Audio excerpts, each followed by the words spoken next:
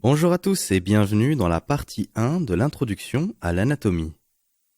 S'agissant d'un podcast consacré à l'anatomie, il peut être intéressant de suivre certaines des explications avec les schémas disponibles dans la synthèse en lien avec ce podcast. Commençons avec le chapitre 1, le système cardiovasculaire. Le cœur et ses généralités. Le cœur est divisé en 4 cavités. Les oreillettes ou atrium droit et gauche et les ventricules droit et gauche. On divise aussi le cœur en 2 parties. En bleu, on a le sang veineux. Il est en réalité rouge plus foncé, non oxygéné, et en rouge, on a le sang artériel oxygéné, qui est plus rouge vif. Les 2 cavités droites contiennent le sang veineux désoxygéné et les 2 cavités gauches contiennent du sang artériel oxygéné. L'atrium droit va recueillir tout le sang veineux du corps. Les 3 veines qui ramènent le sang veineux à l'atrium droit sont la veine cave inférieure, et ce pour ce qui est sous le diaphragme supérieur, donc pour les structures au-dessus du diaphragme, ainsi que le sinus coronaire, qui est là pour ramener le sang veineux du cœur. Une fois que le sang arrive dans l'atrium droit, il passe dans le ventricule droit qui va se contracter et envoyer le sang dans le tronc pulmonaire qui va se diviser en artères pulmonaires droite et gauche. Ces artères vont vers le poumon. Ce sont donc les seules artères du corps qui ne transportent pas du sang oxygéné, mais plutôt du sang veineux désoxygéné. Le sang va être oxygéné au niveau des alvéoles pulmonaires à gauche et à droite. Ensuite, il revient en provenance des poumons via les 4 veines pulmonaires. Il y a 2 à gauche et 2 à droite, une inférieure et une supérieure de chaque côté. On a ici des veines qui ramènent du sang oxygéné. C'est là aussi une exception. Le sang oxygéné est donc ramené à l'atrium gauche. Il va ensuite descendre dans la cavité du ventricule gauche et la contraction du ventricule gauche envoie le sang dans l'aorte qui fait une crosse aortique. C'est de l'aorte que se détachent toutes les artères pour toutes les régions du corps, du sommet du crâne jusqu'au sommet des orteils. Toute la vascularisation artérielle va dépendre de l'aorte. Il faut ajouter à cela un système de valves. En effet, il existe des espèces de clapets qui vont cloisonner les oreillettes des ventricules. On les appelle les valves atrio-ventriculaires. À droite, on aura la valve tricuspide et à gauche la valve mitrale. Ensuite, on a 2 autres valves, les valves artérielles pulmonaires et aortiques. Les valves atrio-ventriculaires servent à éviter le reflux du sang du ventricule vers l'oreillette. C'est important en termes de rendement mécanique. Le cœur est donc une pompe qui bat à 70 battements par minute de manière à ce que le sang circule en permanence dans l'ensemble des organes. Pendant une vie de 80 ans, il va battre un nombre très important de fois et si le travail n'est pas optimalisé, il va s'hypertrophier et on aura une insuffisance cardiaque. Lors d'une destruction de valve, donc endocardite produite par une bactérie par exemple, on a une régurgitation sanguine. Les valves atrio-ventriculaires vont donc empêcher le sang de remonter des ventricules vers les atriums. Les valves artérielles, elles, empêchent le sang de revenir des artères aortes et pulmonaires jusque dans les ventricules. Ces valves sont très importantes pour optimaliser le rendement du travail cardiaque. Si on a ne fût-ce que 5 à 10% du sang qui reflue dans le ventricule droit ou gauche, au bout de quelques années, le cœur s'épuise pour pouvoir assurer un travail optimal. Il faut savoir qu'il y a des phases de contraction et de relâchement du cœur. On parle de systole, donc la phase de contraction, et de diastole, pour la phase de relâchement. Lorsque le cœur est en diastole, les valves tricuspides et mitrales sont ouvertes car le sang descend des atriums dans les ventricules, tandis que les valves pulmonaires et aortiques sont fermées pour empêcher le retour du sang du tronc pulmonaire et de l'aorte. Au moment de la systole, le cœur se contracte et les valves pulmonaires et aortiques sont ouvertes pour permettre à la colonne de sang dans l'aorte et dans le tronc pulmonaire. Par contre, les valves tricuspides et mitrales sont fermées pour éviter la régurgitation du sang vers les atriums. Chaque cycle cardiaque, qui correspond à un battement de cœur, possède donc une phase de remplissage qui est la diastole et de contraction qui sera la systole. Quand on prend la tension artérielle, donc quand le patient est en systole, les artères sont dilatées et la tension est importante. On prendra en compte la plus grande des mesures, donc si on dit 13, ce sera 130, et la plus petite, qui sera la diastole. Donc si on dit 7, ce sera 70. La tension sera évidemment plus grande en systole qu'en diastole. En clinique, on dit que l'hypertension artérielle équivaut à une tension supérieure ou égale à 140 en systole. Si on dit à un patient qu'il a 180 sur 120, ce qui est le plus problématique, c'est la pression diastolique trop élevée, car on n'ira jamais en dessous. Tout le système circulatoire sera soumis à une tension de 120. Et si on a 180 sur 90, ce sera mieux, car la tension se normalise à un moment en diastole. Une grande pression peut causer des AVC. On a des AVC hémorragiques et des AVC thrombotiques.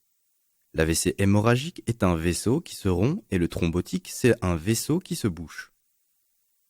Dans un AVC hémorragique, si on a de l'hypertension, cela peut provoquer un saignement et un hématome plus important. Passons maintenant à la configuration externe et la face antérieure. En regardant l'axe du cœur, la pointe est orientée vers le bas et la gauche. Entre les deux poumons, on a une région qui contient le cœur, les gros vaisseaux, la trachée et l'ésophage. C'est ce qu'on appelle le médiastin. Le cœur est donc comme une pyramide où la base est en haut et la pointe de la pyramide est vers le bas.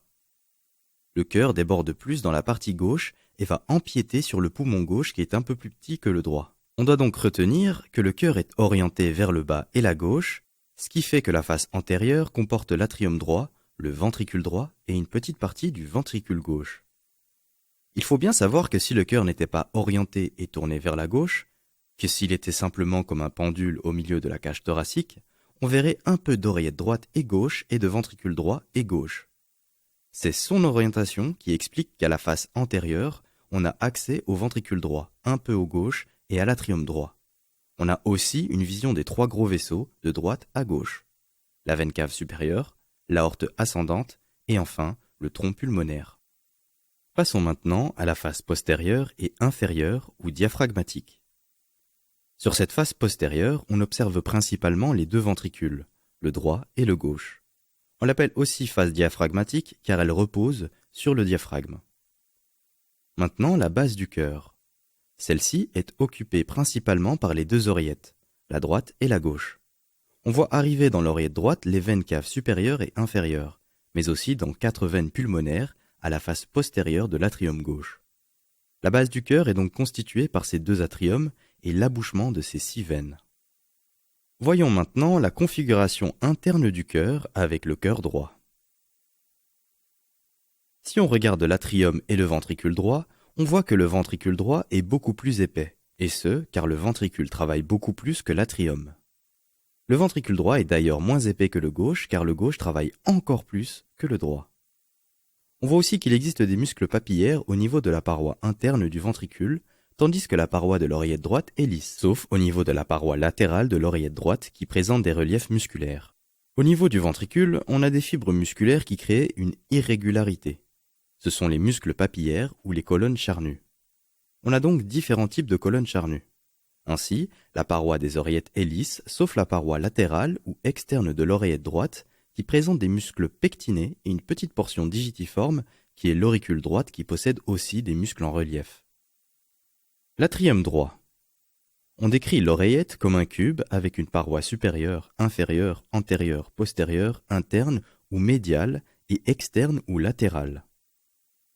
La paroi supérieure est composée par l'abouchement de la veine cave supérieure et par l'auricule droit.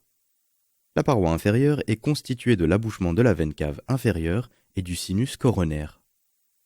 Toutes les veines cardiaques vont se réunir dans une grosse veine à l'arrière du cœur. Le sinus coronaire qui s'enfonce dans l'atrium droit et ouvre au niveau de son plancher. La veine cave inférieure a une petite valve non fonctionnelle appelée valve d'Eustache ou valve de la VCI, donc valve de la veine cave inférieure, ainsi qu'un abouchement du sinus coronaire qui présente également une petite valve non fonctionnelle, la valve de Tébézius ou du sinus coronaire. Ce sont de petits replis muqueux non fonctionnels qui ne s'ouvrent pas et ne se ferment pas. La paroi postérieure est tout à fait lisse. Elle relie la veine cave inférieure et la veine cave supérieure. On l'appelle paroi du sinus veineux car elle relie les deux veines. La paroi antérieure est une communication avec le ventricule. Elle comporte la valve tricupside. La paroi médiale présente une zone qui est plus mince, la fosse ovale ou la fossa ovalis. Chez le fœtus, on a un orifice entre les deux oreillettes. C'est le trou de Bottal. À la naissance, ce trou se ferme, mais comme il y a un trou pendant toute la période fœtale, la paroi est plus fine à cet endroit-là. Clinique. Ce trou de Bottal est important car la fermeture imparfaite de celui-ci est à l'origine d'une maladie congénitale, la communication interatriale. La paroi externe ou latérale est, elle, recouverte de relief musculaire. Parlons maintenant du ventricule droit. Celui-ci est souvent divisé en une chambre d'entrée, sous la valve atrio-ventriculaire, et de sortie, sous la valve pulmonaire. Les parois sont recouvertes de muscles papillaires ou de colonnes charnues. Il y a des reliefs musculaires importants sur la quasi-totalité de la paroi interne du ventricule. Au niveau de la chambre de sortie, la paroi apparaît plus lisse. Dans cette cavité ventriculaire, on voit bien la valve atrio-ventriculaire. Donc, une valve est constituée de plusieurs parties. D'abord, de gros piliers musculaires, les muscles qui vont servir de point d'ancrage au cordage tendineux. Ensuite, les cordages tendineux attachés à la cuspide de la valve et aux piliers musculaires. Et enfin, des cuspides, comme la toile d'un parachute. Ici, dans le cœur droit, on a la valve tricuspide composée de la cuspide antérieure, septale, qui est proche du septum interventriculaire, et postérieure. Chaque cuspide a des cordages tendineux et ces cordages viennent s'insérer sur une structure appelée muscle ou pilier papillaire. On a donc un pilier septal, un antérieur, ainsi qu'un postérieur. Et maintenant le cœur gauche, avec l'atrium gauche. Supérieurement, on a un relief qui est l'auricule gauche. Inférieurement, on n'a pas de particularité. Postérieurement, on a l'abouchement des 4 veines pulmonaires. Antérieurement, on a la valve mitrale, constituée de 2 cuspides. La plus grande est la postérieure et la plus petite sera l'antérieure. Chaque cuspide va avoir un amarrage sur un pilier. Il y a donc 2 piliers pour la valve mitrale et 3 pour la tricuspide. La paroi interne est aussi constituée de la zone du foramen ovale, mais on le voit généralement moins bien qu'à droite. Et enfin, la paroi latérale est sans particularité. Passons au ventricule gauche. Au niveau de celui-ci, on a également une chambre d'entrée et une chambre de sortie. On a 2 cuspides pour la valve mitrale. Et on a 2 muscles papillaires, un pilier antérieur et un postérieur. On observe des cordages tendineux sur le pilier antérieur pour les 2 cuspides et sur le pilier postérieur aussi. Les valves cardiaques. On a déjà bien décrit les valves atrio-ventriculaires. Pour ces valves, on a des cuspides, des piliers et des cordages tendineux, ce qui n'est pas du tout le cas dans les valves pulmonaires et aortiques. Ces dernières sont identiques. Elles présentent 3 cuspides semi-lunaires qui ont un bord libre qui est fibreux et très résistant. Il n'y a pas de cordage tendineux ni de piliers, ce sont des cuspides en forme de nid de pigeon. En diastole, les valves tricuspides et mitrales sont ouvertes et les valves aortiques et pulmonaires sont fermées et en systole ce sera l'inverse. Et maintenant, la vascularisation du cœur. Le cœur est vascularisé par 2 artères principales. On va les appeler les artères coronaires. Elles se situent environ 1 cm au-dessus de la valve aortique avec 2 faisceaux qui se détachent de l'aorte. L'artère coronaire gauche et droite. La pression est maximale à cet endroit-là et c'est donc un garant de vascularisation de bonne qualité. Grossièrement, le territoire de la coronaire droite est le plus souvent dominant par rapport à la coronaire gauche. En ce qui concerne les veines cardiaques, on a toute une série de veines cardiaques. La petite, la moyenne et la grande veine cardiaque. Elles se drainent toutes les 3 dans une veine qui se trouve à l'arrière du cœur, le sinus coronaire qui pénètre dans l'oreillette droite pour ramener le sang veineux du cœur. Les pathologies du cœur. L'infarctus du myocarde. Un infarctus, c'est une artère qui se bouche et un territoire qui n'est plus vascularisé. Le cœur est particulièrement sensible à cela et on peut avoir des infarctus du myocarde. Si on consomme trop de graisse, on a des dépôts de plaques d'athérome qui réduisent le diamètre des artères. À un moment donné, le sang ne peut plus passer que de manière très limitée et on peut avoir un caillot qui va boucher une artère. C'est ce qu'on appelle un infarctus. Quand cela se passe dans le cœur, si on n'intervient pas immédiatement, une partie va mourir et elle ne sera plus jamais fonctionnelle. Plus cette fameuse partie est grande et plus les séquelles ou même l'arrêt cardiaque pourront survenir. Sur cette artériographie, on a une zone rétrécie, une sténose de plusieurs centimètres sur une artère. Grâce à l'angioplastie, le cardiologue fait une piqûre dans une artère fémorale par exemple, remonte dans l'aorte jusqu'à la base de l'artère coronaire. Il injecte alors un produit de contraste pour faire une coronarographie. Ce produit opacifie et on fait une radiographie pour voir les artères. On visualise ce qui pose problème. Le cardiologue va alors passer un ballonnet pour essayer de distendre la sténose et puis il va poser un stent, un petit tuteur en métal circulaire pour maintenir l'artère ouverte et permettre au sang de repasser.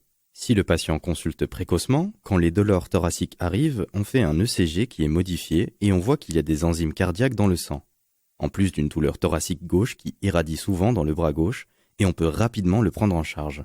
Dans une majorité de patients, on peut faire ces gestes. Il n'y a pas de chirurgie, mais parfois, dans des cas sévères et multiples, il faut envisager une chirurgie d'artère coronaire. On prend une artère de proximité, comme l'artère thoracique interne, et on la déroute pour amener du sang dans l'artère coronaire qui est en souffrance. C'est ce qu'on appelle un pontage coronarien. Qu'en est-il de l'anévrisme ? Parfois, on a le contraire d'une sténose. C'est ça, un anévrisme. On a une paroi artérielle de mauvaise qualité, qui est malade, fragilisée, et qui ne tient plus la pression artérielle. Du coup, elle forme une boule, une dilatation. Si l'anévrisme se rompt, le sang va se déverser hors du réseau sanguin, et ce, dans le cerveau, dans le thorax ou encore dans l'abdomen. Au plus l'anévrisme est gros, au plus le risque de rupture est important. Si une artère coronaire se rompt, le cœur ne sera plus bien vascularisé, mais surtout, on aura du sang dans la péricarde autour du cœur. On a donc un épanchement péricardique. Il va alors être comprimé et les contractions vont devenir difficiles et on peut avoir un arrêt cardiaque car il n'y a plus assez de sang dans la pompe que constitue le cœur. Et on peut même avoir une dissociation électromécanique. Dans ce cas-là, on parlera de tamponnade. On fait des ponctions péricardiques pour permettre au cœur de reprendre. Au niveau du cerveau, si on a une rupture d'anévrisme cérébral, c'est très grave, car le cerveau est comprimé par le sang et on pourra très rapidement avoir un cerveau qui ne sera plus irrigué à cause de cet hématome qui comprime le cerveau car la boîte crânienne n'est pas extensible. Sur le scanner disponible à la page 23 de la synthèse, on voit un épanchement péricardique en 4. Le cœur est comprimé et il faut arriver à ponctionner entre les côtés pour que l'activité cardiaque puisse reprendre. On voit l'aorte, les deux poumons et un petit peu de liquide dans la cavité pulmonaire qui n'est normalement pas là. Lors d'un situs inversus, le cœur est orienté vers la droite. On a une inversion complète de l'orientation. Passons maintenant au vaisseau. La paroi des artères et des veines sont différentes. Globalement, la plupart des vaisseaux ont 3 tuniques. Une tunique interne, l'endothélium, une tunique intermédiaire ou moyenne, la média. Elle est composée de muscles lisses involontaires, plus développés au niveau artériel et plus fins au niveau veineux. Et enfin, on a la tunique externe, ou encore tunique adventicielle ou adventice, une enveloppe externe de tissu conjonctif. On a différents types d'artères. Les très grosses sont élastiques. Elles possèdent de nombreuses fibres élastiques dans leurs parois. Leur élasticité leur permet de se dilater au cours de la contraction cardiaque, ce qui permet de réduire les variations de pression et de retrouver leur calibre initial entre les contractions cardiaques tout en continuant à propulser le sang dans le circuit artériel. Ce système maintient la pression sanguine entre les contractions et le relâchement du cœur. On a ensuite des artères musculaires. Ce sont celles que l'on retrouve un peu plus distalement au niveau des membres. Ces artères de distribution possèdent une couche de muscles lisses très épaisse. Et c'est grâce à cette couche que ces vaisseaux pourront se vasoconstricter ou se vasodilater. S'ils se vasoconstrictent, la lumière va se réduire et inversement. C'est très utile, par exemple lors d'un effort et que l'on court, on a besoin de sang dans les muscles des jambes et les artères de distribution vont se vasodilater afin qu'il y en ait plus. C'est extrêmement important car en fonction de la structure de notre corps qui travaille, il est capable d'orienter le sang là où on en a besoin, et ce, de manière autonome. Admettons qu'on vient de manger un repas copieux. Il faut alors envoyer du sang au niveau du système digestif, dans la paroi intestinale, et ce, pour digérer. Il ne faut pas aller faire 10 km, sinon on aura un antagonisme. Le corps devra choisir entre envoyer du sang dans les membres ou dans le tube digestif, et on n'est pas capable d'aller faire 10 km dans l'heure qui suit un repas. Le cœur pompe et envoie le sang. Ensuite, on l'oriente de manière préférentielle là où on en a besoin, grâce à la capacité de changer le diamètre des artères. Les veines ont une paroi plus fine que les artères. La composante musculaire ou tunica media est limitée. Ainsi, on a des valves dans les veines que l'on n'a pas dans l'artère. Le sang du pied doit revenir au cœur. Donc si on est en position debout pendant toute la journée, le sang doit remonter et les valves empêchent le sang de redescendre une fois qu'il est en haut. On a des veines superficielles importantes comme la veine saphène qui possède des systèmes de valves et si ces systèmes ne fonctionnent pas bien, on a des varices qui sont des dilatations veineuses sous la peau. Une autre différence entre les artères et les veines sera la solidité. Si on dissèque une veine et une artère, c'est la veine qui sera la plus fragile. Et si on est un peu trop brutal dans la dissection, en écartant une paroi de veine par exemple, on va facilement l'embrocher et ça va saigner. Tandis qu'il faut être beaucoup plus agressif pour une artère. Enchaînons avec les principales artères. Les artères du thorax. L'aorte sort du ventricule gauche du cœur, juste au-dessus de la valve aortique. Il y a une partie initiale appelée aorte ascendante et puis on a une boucle qui est la crosse de l'aorte. De cette crosse se distribuent 3 vaisseaux qui vont donner la vascularisation artérielle vers les membres supérieurs, la tête et le cou.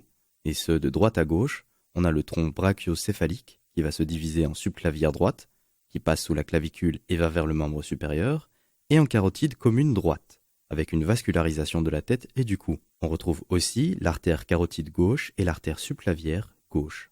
Après la crosse, l'aorte va descendre et porter le nom d'aorte thoracique descendante, et une fois le diaphragme passé, ce sera l'aorte abdominale. L'aorte thoracique va donner la majeure partie des artères intercostales postérieures, sauf les 2 premières qui correspondent à la vascularisation de la paroi thoracique. Mais on a aussi des artères ésophagiennes, 2 à 3, au contact de l'aorte, ainsi que des artères bronchiques au nombre de 3 et des branches péricardiques, donc qui enveloppent le cœur. Les artères du cou. Sur la photo disponible à la page 29 de la synthèse, on voit qu'on a incisé le cou du patient. Au centre, on a le larynx, la trachée, l'ésophage et latéralement à l'ésophage et au larynx, on a les vaisseaux, les carotides communes droite et gauche. La droite va se diviser en 2 branches, la carotide externe et la carotide interne. L'externe va donner 6 branches collatérales et 2 branches terminales destinées au cou et à la face. Celle interne, plus profonde, va directement pénétrer dans le crâne pour vasculariser le cerveau. Les subclavières vont donner toute une série de branches, dont les artères vertébrales droite et gauche. Ces artères pénètrent également dans la boîte crânienne, mais par le foramen magnum avec la moelle épinière. Ces 2 artères vont s'anastomoser et dans le cerveau, les 2 carotides internes et les 2 artères vertébrales vont se rencontrer au niveau du polygone de Willis, une zone où les 4 artères vont se réunir pour vasculariser le cerveau. Les artères du membre supérieur. La subclavière va passer sous la clavicule et une fois qu'elle l'a franchie, elle portera le nom d'artère axillaire jusqu'au bras où elle deviendra l'artère brachiale. L'artère axillaire et l'artère subclavière ont de multiples branches. L'artère brachiale longe l'humérus et va se diviser en 2 au niveau du pli du coude, dans l'avant-bras. On aura donc une artère radiale qui longe le radium et l'artère ulnaire qui longe l'ulna. Ces 2 artères vont vasculariser la main. Des schémas relatifs à cette partie sont disponibles à la page 32 de la synthèse. Voilà, c'est déjà la fin de la partie 1. J'espère que vous aurez apprécié et on se retrouve pour la deuxième.